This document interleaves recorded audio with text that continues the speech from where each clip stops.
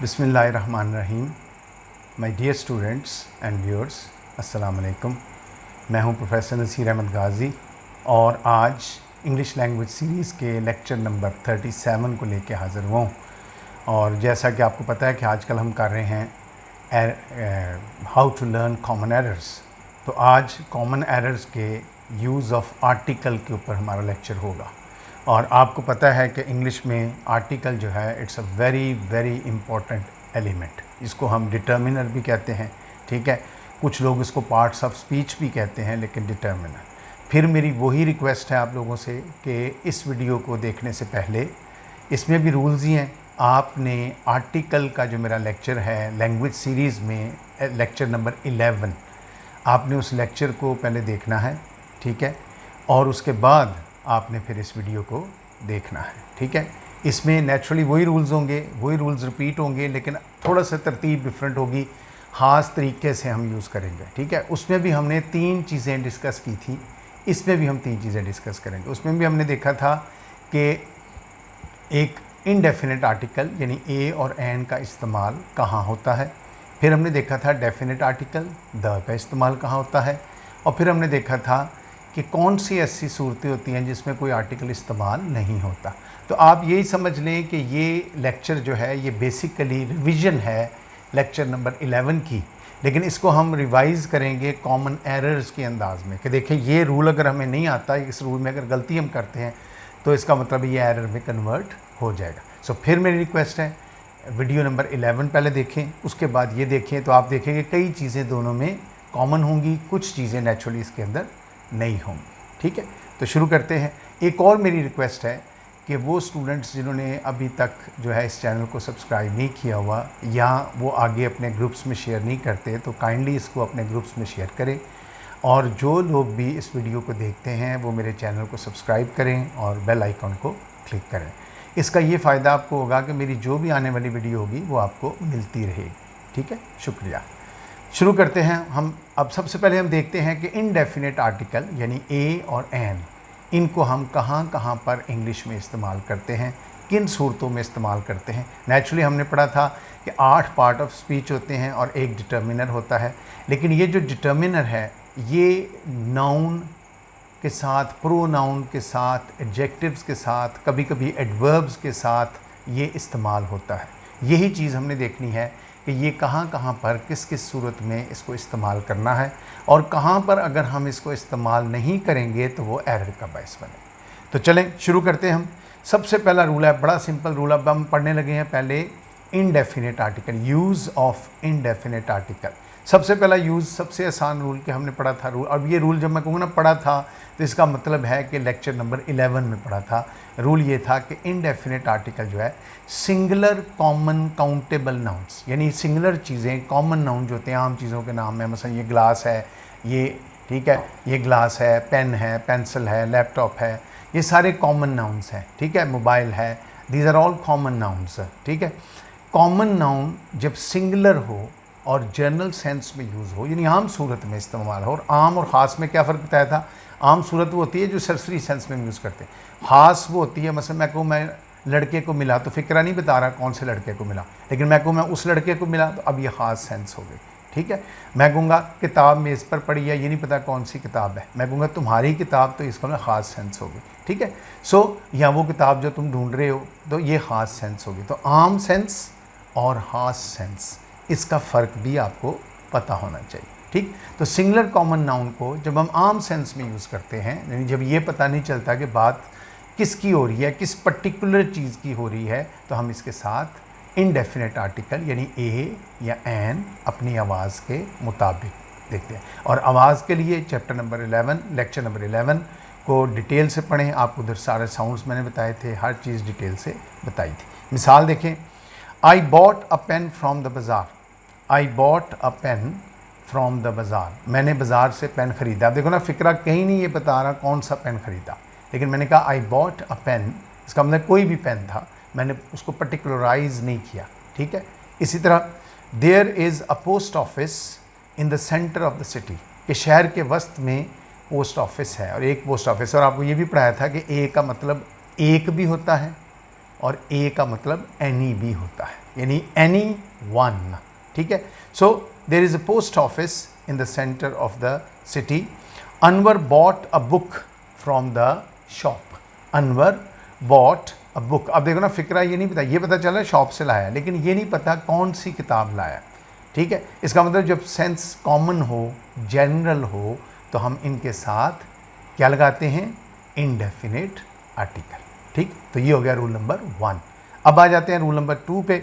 Rule number 2 बहुत आसान, ये भी हम पढ़ चुके हुए हैं कि जब किसी शख्स का सिर्फ प्रोफेशन बताया जाए कि वो क्या है, मतलब मैं क्या हूँ, मैं एक टीचर हूँ, आप क्या हैं, आप स्टूडेंट्स हैं, ठीक है।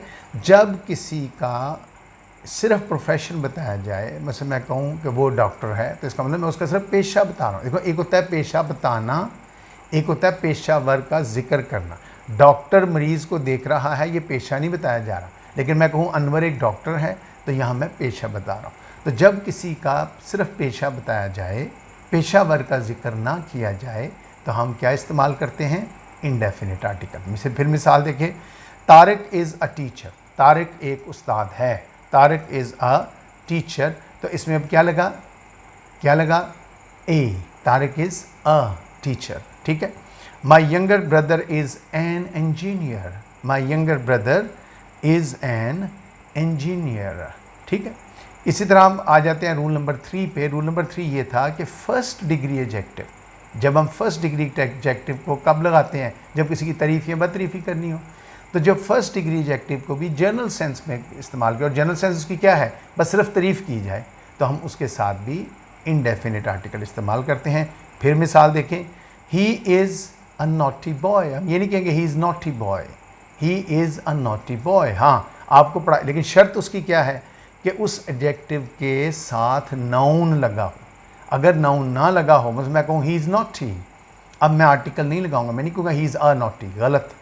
He is naughty, he is a naughty boy. जब नाउन लग गया साथ, तो फिर साथ उसके आर्टिकल लगेगा, ठीक। मसलन, this is a classical shot by the batsman. This is a classical shot, तो क्लासिकल के साथ क्या लगा, अ लगा, क्योंकि उसकी शॉट की तारीफ, फिर शॉट साथ आया है, ठीक। उसके बाद, लेकिन देखो ना, अगर मैं कहूँ दिस शॉट इज़ क्लासिकल, अब क्लासिकल के बाद कुछ नहीं आया, शॉट पहले आ गया, तो अब मैं उसके साथ आर्टिकल नहीं लगाऊंगा, ठीक। अब आ जाते हैं रूल नंबर 4 पे बच्चों। चूँकि ये रूल्स हमने चूँकि सारे चैप्टर नंबर 11 में पढ़े हुए हैं, लेक्चर नंबर 11 में, इसलिए मैं बार बार आपको ये कह रहा हूँ। आपको पता है मेरी आदत का, स्टाइल ऑफ टीचिंग का, कि जो चीज़ हमने पढ़ी होती है मैं उसके ऊपर फिर बार बार बहुत ज़्यादा स्ट्रेस नहीं करता। मैं कोशिश करता हूँ कि उसको गो थ्रू करूँ और रिवाइज़ करें। ये रिविज़न हो रही है, समझ लें, हमारे रूल्स की। अब ये देखो, जो स्पीशीज़ होती हैं, स्पीशीज़ क्या होती हैं, ये भी हमने पढ़ा हुआ है रूल कि स्पीशीज़ हम किन को कहते हैं। स्पीशीज़ हम कहते हैं कि जो चीज़ जिस तरह जन्म लिया उसने। मतलब मैं क्या हूँ, एज ए स्पीशीज़ में क्या हूँ, मैं एक इंसान हूँ। छोटा सा बच्चा भी इंसान है, औरत भी इंसान है, मर्द भी इंसान है, ठीक है। कुत्ता क्या है, कुत्ता एक जानवर है, ठीक है, ठीक है। इसी तरह कोयल क्या है, कोयल एक परिंदा है।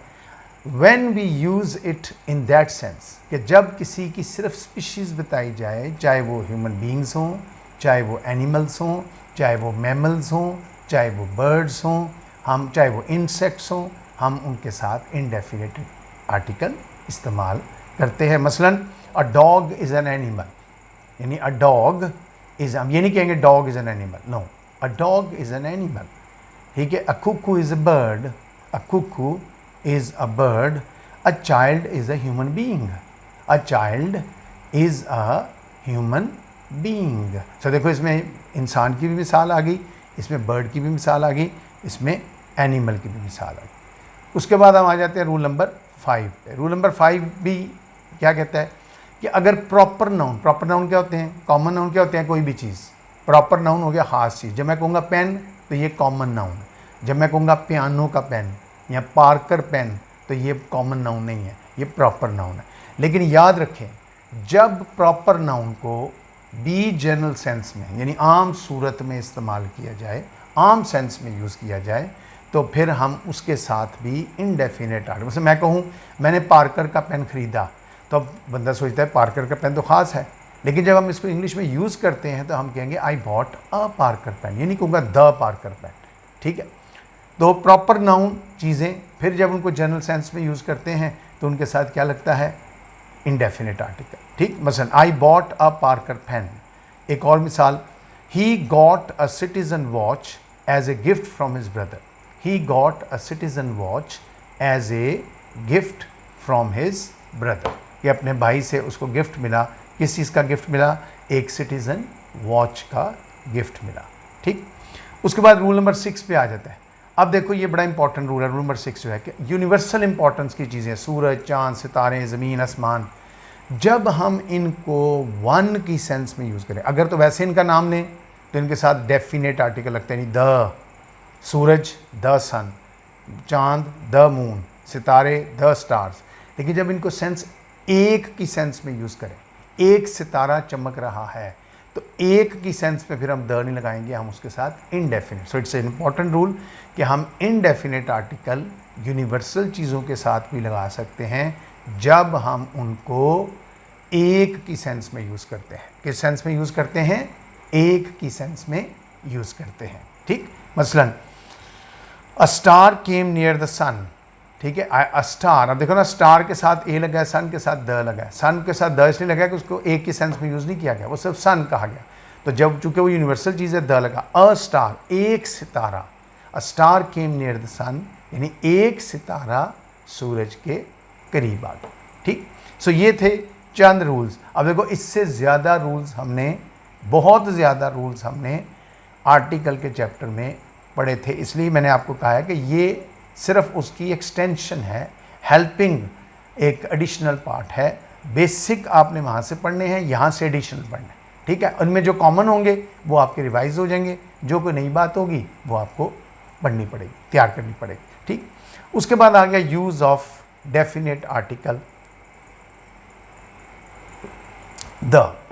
इसमें सबसे पहला रूल ये है, रूल नंबर 1।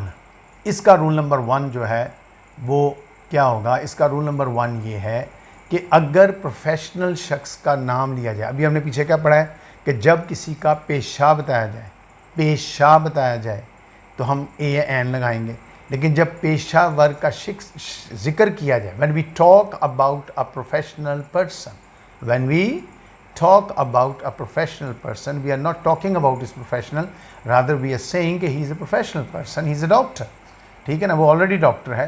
तो जब डॉक्टर है, उसकी बात हो रही है, तो हम उसके साथ क्या लगाएंगे, द लगाएंगे। मतलब डॉक्टर मरीज़ को देख रहा है, तो एक डॉक्टर है, एक मरीज़ है। ठीक है, इनको टाइटल वर्ड्स, आपको मैंने आर्टिकल के चैप्टर में पढ़ाया था कि इनको टाइटल वर्ड्स भी कहते हैं। टाइटल वर्ड क्या होता है, जो किसी बंदे को कोई भी आप टाइटल दे देते हैं किसी वजह से, किसी वजह से, मतलब एक बंदा बीमार है तो उस वक्त उसका टाइटल वर्ड है कि पेशेंट है।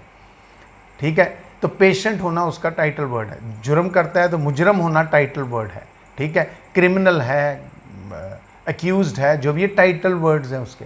ठीक है, तो हम कहेंगे कि प्रोफेशनल शख्स का जिक्र किया जाए तो द लगेगा। मसलन I am going to call the doctor, I am going to call the doctor, I am going to call the doctor. देखो ना, मैं डॉक्टर को बुला कॉल करने लगा, इसका मतलब डॉक्टर जो ऑलरेडी डॉक्टर है। ठीक, एक और मिसाल देखें, this is the doctor who treated me last time. अब यहाँ सेंस भी मखसूस कर दिया मैंने, ये वो डॉक्टर है, this is the doctor who treated me last time.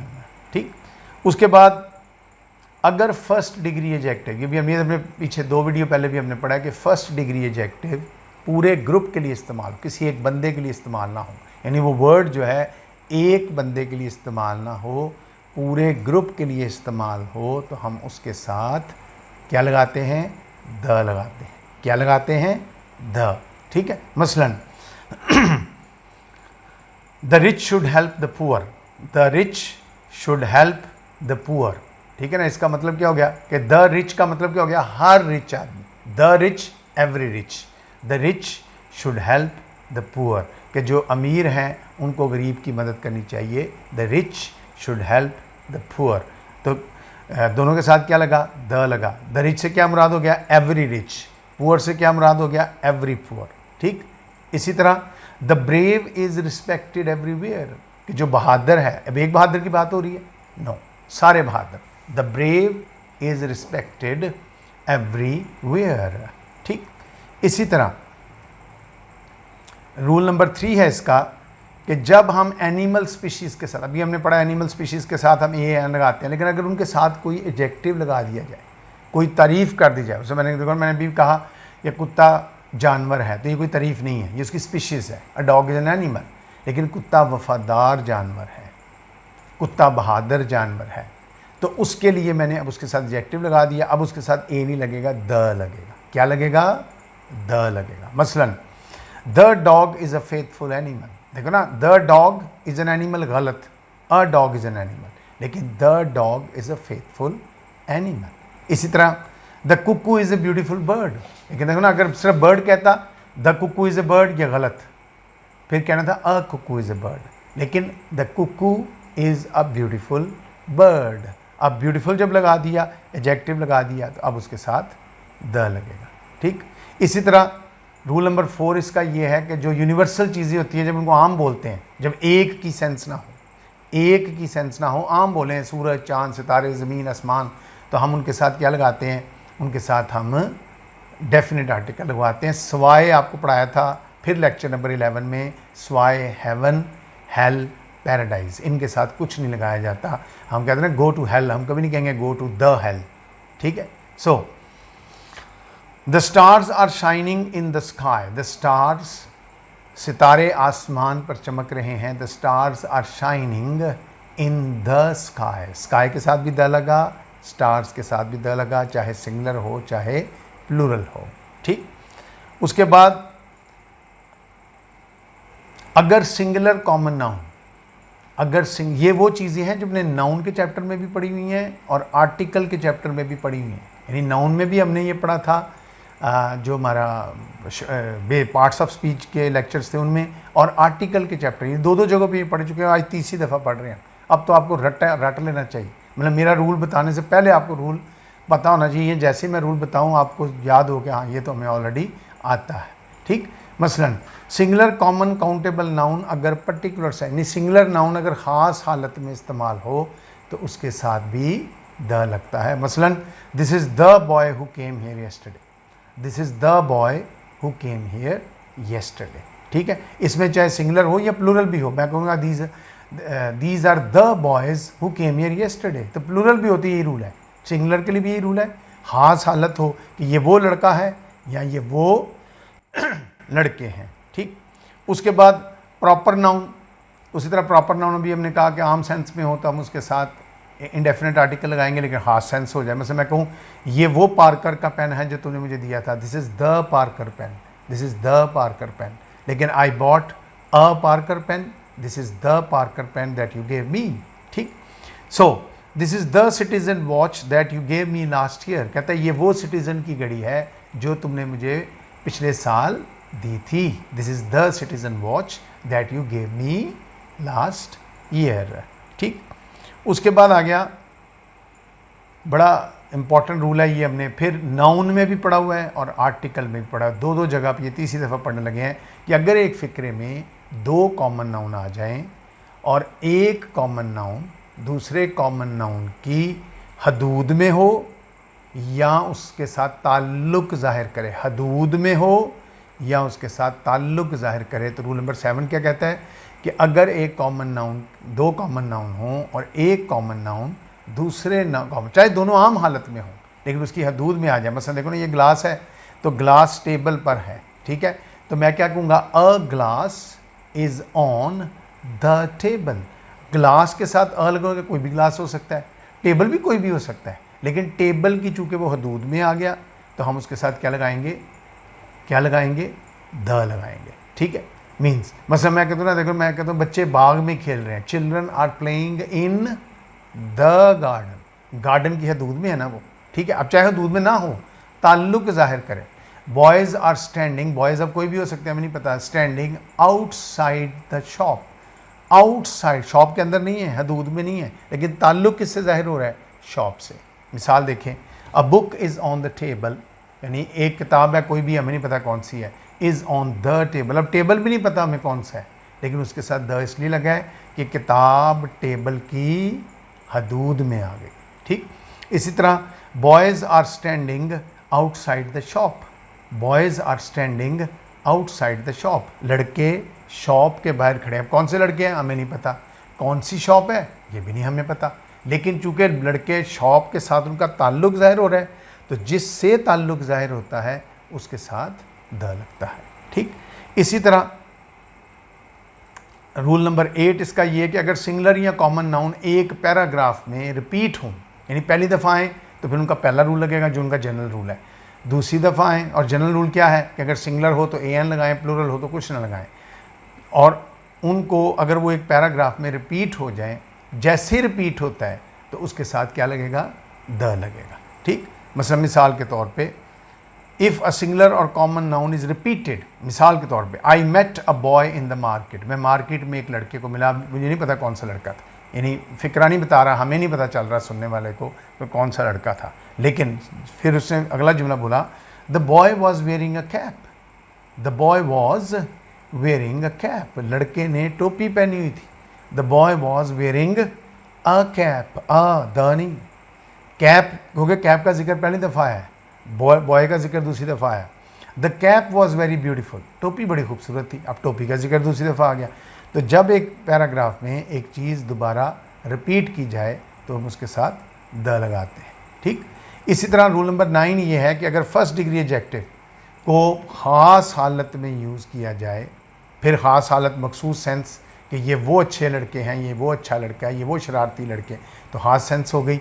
चाहे नाउन उसके साथ सिंगुलर लगा हो, चाहे नाउन उसके साथ प्लूरल लगा हो, उसका जैसा पीछे नाउन का कहा मैंने कि सिंगुलर हो या प्लूरल हो, ख़ास हालत हो तो द लगेगा। इसी तरह एडजेक्टिव लगा हो आम तो हम एन लगाते हैं, लेकिन अगर ख़ास हो तो हम उसके साथ, और हमने ये भी एडजेक्टिव के चैप्टर में पढ़ा था कि अगर प्लूरल हो तो उसके साथ कोई आर्टिकल नहीं लगाते। ठीक है ना, मसलन मैं कहूँगा दीज आर गुड बुक्स, ये नहीं कहूँगा these are the good books, these are good books, लेकिन this is a good book, ठीक है ना। सिंगुलर के साथ हमने द लगाया और उसके साथ हमने प्लूरल के साथ कुछ नहीं लगाया। लेकिन अगर सिंगुलर हो और प्लूरल हो और उनको ख़ास हालत में यूज़ किया जा रहा हो तो दोनों के साथ द लग सकता है। मिसाल देखें, this is the fat boy, ये वो मोटा लड़का है, रिपीट हो रही बात, ये वो मोटा लड़का है हु केम येस्टरडे, ये वो लड़का है जो कल आया था, हु केम येस्टरडे। या these are the naughty boys who broke his things, these are the naughty boys, the ये वो शरारती लड़के हैं जिन्होंने उसकी चीज़ें तोड़ी हैं, these are the naughty boys who broke his things. ठीक, उसके बाद थर्ड डिग्री एडजेक्टिव के साथ आम तौर पे जब भी थर्ड डिग्री एडजेक्टिव लगाते हैं उसके साथ द लगते हैं। This is the best book, he is the best teacher, the लगता जाता है। ठीक है, मसलन Anwar is the tallest boy of the class, ठीक है, Tariq is the best student, he is the most tallest, he is the most intelligent, the सबके साथ लगता जाएगा, जनरल यूजेज है। ठीक, अच्छा जी। इसी तरह रूल है रूल नंबर 11। रूल नंबर 11 ये है कि अगर एक फ़िक्रे में more than 1 third degree adjectives आ गए, थर्ड डिग्री एडजेक्टिव्स अगर एक से ज़्यादा आ जाते हैं तो we use definite article with all adjectives. अगर एक से ज़्यादा आ जाते हैं, मतलब एक फ़िक्रे में 3 थर्ड डिग्री एडजेक्टिव आ गए, एक बंदे की 3 तारीफ़ें की हैं, वो सबसे लंबा, सबसे मोटा और सबसे अच्छा लाइक है, लेकिन लंबा भी सबसे वो है, मोटा भी सबसे वो है, लाइक भी सबसे वो है।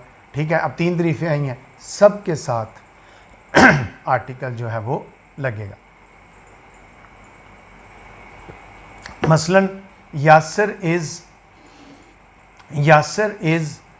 The tallest and the most intelligent boy of the class, Yasir is the tallest and the most intelligent boy of the class. ठीक, इसी तरह रूल नंबर 12 ये भी हमने पढ़ा हुआ है। रूल नंबर 12 ये था, आपको पढ़ाया था कि अगर एक फ़िक्रे में 2 नाउन इस तरह आ जाएं कि एक तरफ एक का, और बेशक वो उनके साथ एडजेक्टिव लगा हो और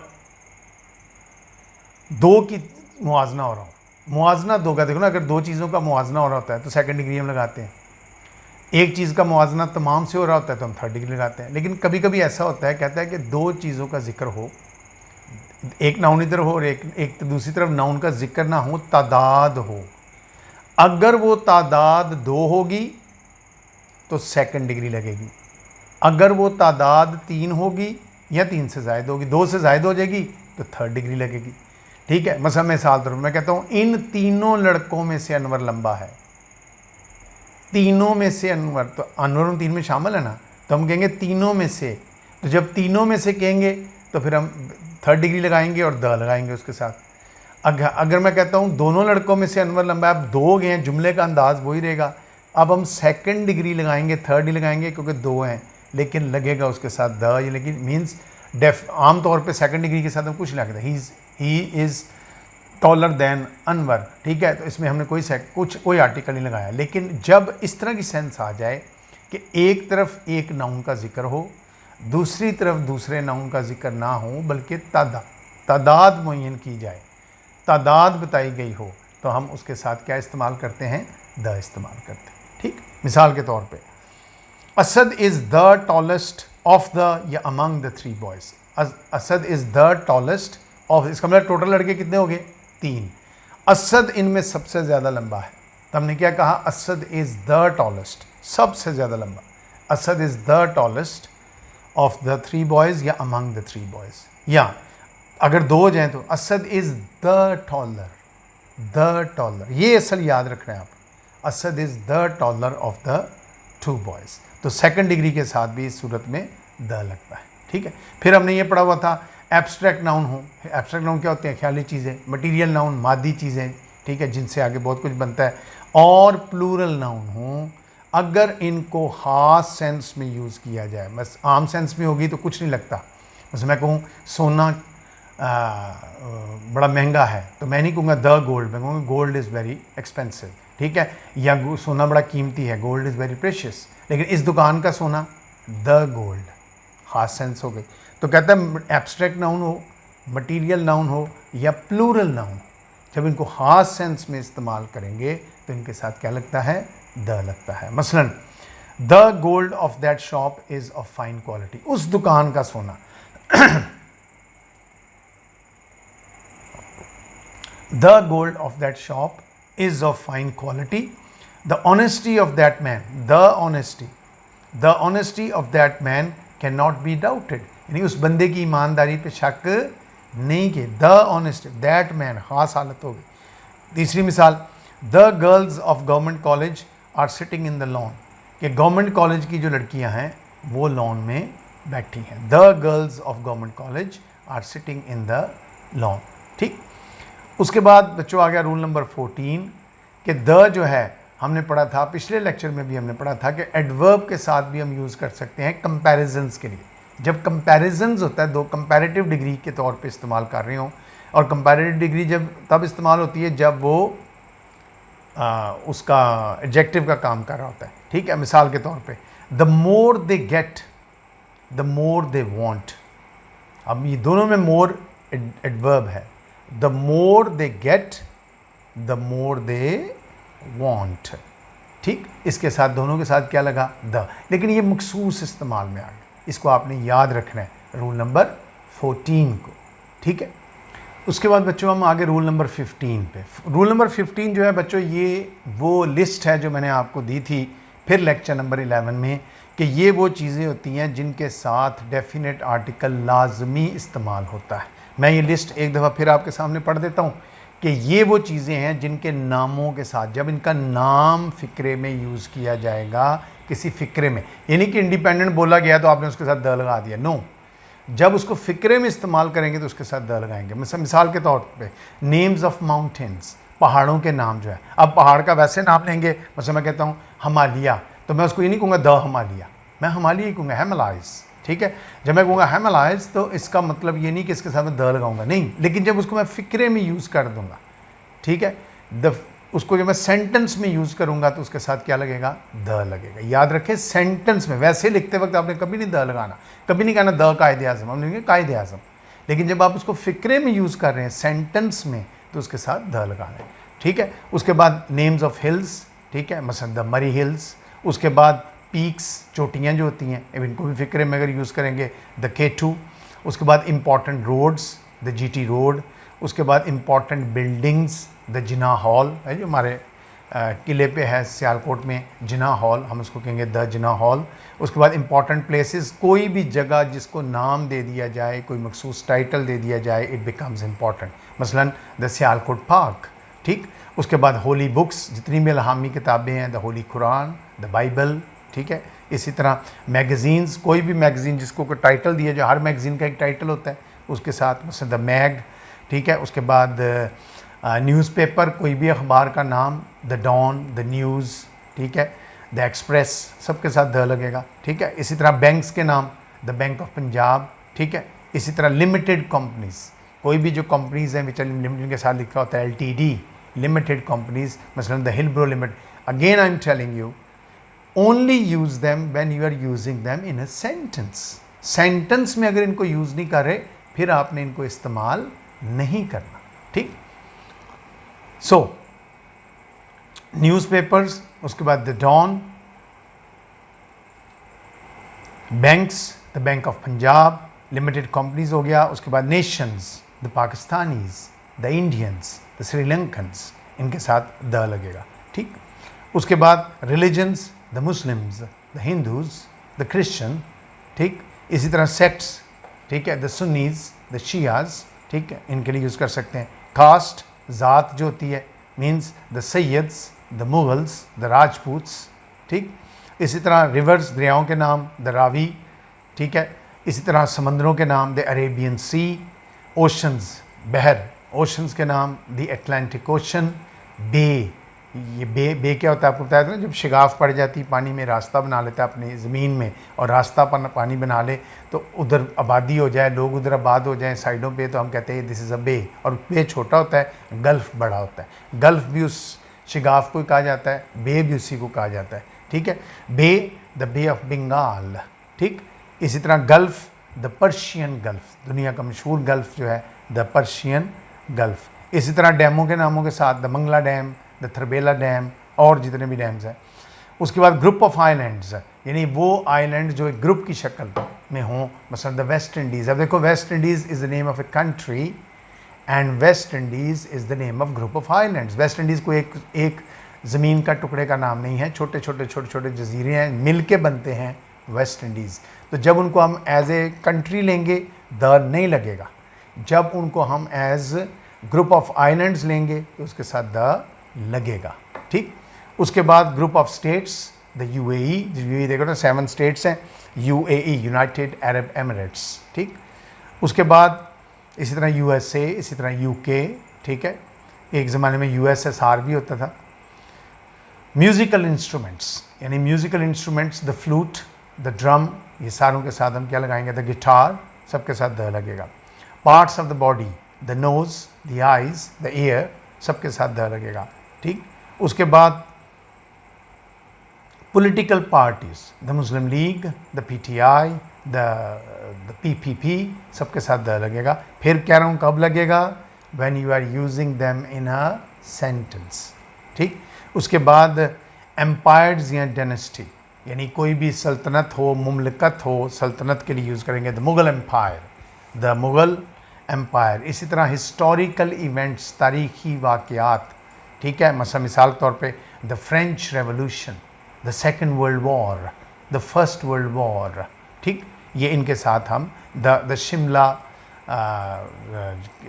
जो मुआहदा हुआ था उसके लिए, ठीक है। सो हम किसी भी चीज़ के लिए जो मखसूस नाम दे दिया जाए, उनके साथ हम क्या लगाते हैं, द इस्तेमाल करते हैं, ठीक। अब इसके तीसरे पार्ट पे बच्चों हम आगे। तीसरा पार्ट ये है कि नो आर्टिकल, जहाँ को ना AN लगने ना द लगना है, कोई आर्टिकल, किन सूरतों में कोई आर्टिकल इस्तेमाल नहीं होता, इनको बड़े ध्यान से सुनना है। सबसे पहले आगे, ये भी सारे पढ़े हुए हैं हमने, सबसे पहले आगे प्लूरल नाउन, अगर प्लूरल नाउन हो और जनरल सेंस हो, मतलब लड़के बाग में खेल रहे हैं, कौन से लड़के हैं हमें नहीं पता, कोई आर्टिकल नहीं लगेगा, ठीक है। लेकिन मैं कहूँ मरे कॉलेज के लड़के, आर्टिकल लगेगा, द बॉयज़। लेकिन जब मैं कहूँ लड़के खेल रहे हैं, boys, so boys are playing in the garden. इसी तरह मटीरियल नाउन, अभी पढ़ाया पीछे आपको, मटीरियल नाउन या एब्स्ट्रैक्ट नाउन, अगर इनको आम सेंस में यूज़ किया जाए, no article. Gold is a precious metal, honesty is the best policy, ठीक। इसी तरह लैंग्वेजेस हो जाएं, ज़बानों के नाम, गेम्स खेलों के नाम, सब्जेक्ट्स, इनके साथ कोई आर्टिकल इस्तेमाल नहीं होता। मसलन ही प्लेज हॉकी, कभी नहीं कहेंगे ही प्लेज द हॉकी, या he plays cricket, he plays football, he plays tennis. ठीक, इसी तरह do not know how to speaking, do you know how to speak English, do you know English, languages के साथ। ठीक, do you know how to speak English. ठीक है, physics is my favourite subject, physics अब subject है ना, physics is my favourite subject. ठीक, अगला रूल नंबर 4 इसका हो गया इंपॉर्टेंट डेज, अहम दिन। अहम दिन अब कौन सा होता है? हर वो दिन जिसको कोई नाम दे दिया जाए is an important day. Days of week, हफ्ते के जो दिन होते हैं, और सीजन्स, इनके साथ कोई आर्टिकल इस्तेमाल नहीं होगा। मसलन Eid comes twice a year, Eid comes, हम ये नहीं कहेंगे the Eid comes twice a day. ठीक, Eid comes twice a year. Every day is not Sunday, कभी नहीं कहेंगे every day is not the Sunday. ठीक है, every day is not Sunday, ये महावरत नहीं यूज़ होता है, हर दिन छुट्टी का दिन नहीं होता। Winter in England is terrible, ये नहीं कहेंगे द विंटर। हाँ, अगर सीज़न लगा हो तो हम कह सकते हैं द विंटर सीज़न, लेकिन अगर अकेला सीजन्स के नाम लिखे हों, समर, विंटर, ऑटम, इनके साथ हम आर्टिकल नहीं लगाते। ठीक, winter in England is terrible. ठीक, उसके बाद आ गया विद ईटिंग टाइम्स, खाने पीने के जो कहते हैं, I just had lunch, I just had breakfast, I just had dinner, तीनों के साथ हम कोई आर्टिकल नहीं लगा रहे। I just had lunch with my friend, कि मैंने अपने दोस्त के साथ अभी लंच किया है, तो I just had lunch with my friend.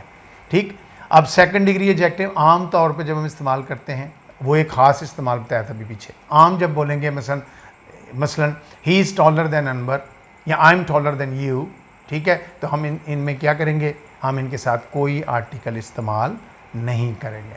उसके बाद proper noun, names of persons हो गए, सिटीज़ हो गए, कंट्रीज़ हो गए, इनको जब आम सेंस में हम बोलते हैं तो इनके साथ कोई आर्टिकल इस्तेमाल नहीं होता। प्रॉपर नाउन में थिंग्स नहीं, थिंग्स के साथ आम हालत में ए एन लगता है। I bought a Parker pen, अभी पीछे पड़ा है। ठीक है, लेकिन अगर नाम लोगों के नाम, शहरों के नाम, मुल्कों के नाम हों तो इनके साथ हम आर्टिकल इस्तेमाल नहीं करते। मसलन Tariq is my friend, Sialkot is my city, Tariq is my friend, Sialkot is my city, Pakistan is my homeland. ठीक, उसके बाद ये रूल बड़ा इंपॉर्टेंट है कि जब जगहों का जिक्र किया जाए, नाम लिया जाए बाकायदा, मसलन university, college, school, church, hospital, जब इन जगहों को, जिनमें मिसाल के तौर पे स्कूल आ गया, कॉलेज आ गया, यूनिवर्सिटी आ गया, मॉस्क आ गया, चर्च आ गया, हॉस्पिटल आ गया, प्रिजन आ गया, जेल आ गया, ये वो चीज़ जगह हैं जो किसी ख़ास मकसद के लिए यूज़ होती है। जब उनको उनके उस मकसद के लिए यूज़ किया जाए, फिर सुनना है, बड़ा इंपॉर्टेंट रूल है, वेरी इंपॉर्टेंट रूल नंबर 8, उनके मकसद के लिए यूज़ किया जाए तो उनके साथ कोई आर्टिकल नहीं लगता। जब उनको उनके मकसद के लिए यूज़ किया जाए तो कोई आर्टिकल नहीं लगता। लेकिन जब उनको जगह के तौर पे इस्तेमाल किया जाए, मतलब मैं पढ़ाने जाता हूँ कॉलेज, तो मैं कहूँगा I am going to college, ठीक है, या I am getting late for college, तो यहाँ मुराद है the place where I am going to teach. ठीक है, लेकिन my house is in front of the college, my house, अब यहाँ कॉलेज से मैं कहूँ मेरा घर कॉलेज के सामने है, तो मैंने कॉलेज को यहाँ बिल्डिंग के तौर पे लिया कि मेरा घर ये है, कॉलेज ये है, माई house is in front of the college. तो जब इन जगहों का, जिनका मैंने अभी नाम लिया है, इनको अगर हम उनके अपने मकसद के लिए इस्तेमाल करें, जैसे लोग मस्जिद में या चर्च में क्या करने जाते हैं, इबादत के लिए जाते हैं, ठीक है, तो उसके साथ आर्टिकल नहीं लगेगा। I am going to church for prayer, I am going to mosque for prayer, कोई नहीं। लेकिन my house is in front of the church, his shop is in front of the mosque, हम उसके साथ the इस्तेमाल करेंगे। ठीक,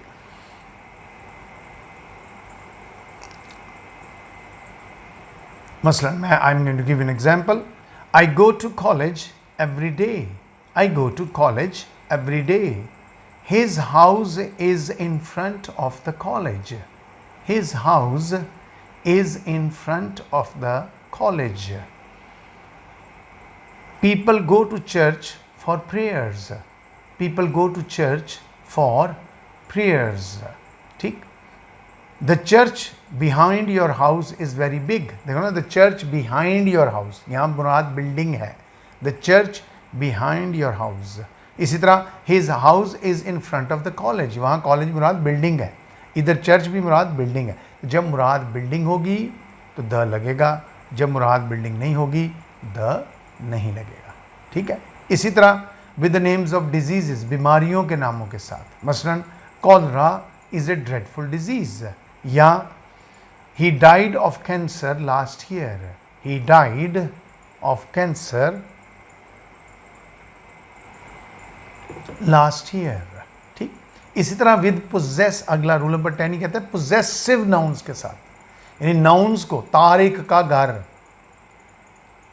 ठीक है, लोगों की दुकानें।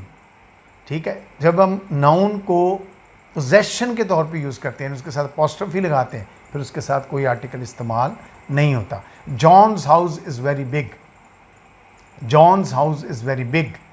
What is your father's name, what is your father's name, तुम्हारे बाप का क्या नाम है। ठीक। इसी तरह with titles having name with name, जब अगर टाइटल, हमने कहा टाइटल के साथ द लगाते हैं जुमले में भी, ठीक है, लेकिन द कायदे आज़म के साथ हम बोल देंगे जुमले में द कायदे आज़म, लेकिन अगर नाम आ जाए द कायदे आज़म मोहम्मद अली जिन्ना, गलत, कायदे आज़म मोहम्मद अली जिन्ना। ठीक है। इसी तरह प्राइम मिनिस्टर इमरान खान, यानी कहेंगे the prime minister Imran Khan, no, वैसे हम बोलेंगे प्राइम मिनिस्टर, तो हम कहेंगे द प्राइम मिनिस्टर, क्योंकि टाइटल वर्ड है। ठीक है। लेकिन उसके बाद जब नाम आ गया तो हम कहेंगे प्राइम मिनिस्टर इमरान खान। ठीक। Visited our college last year.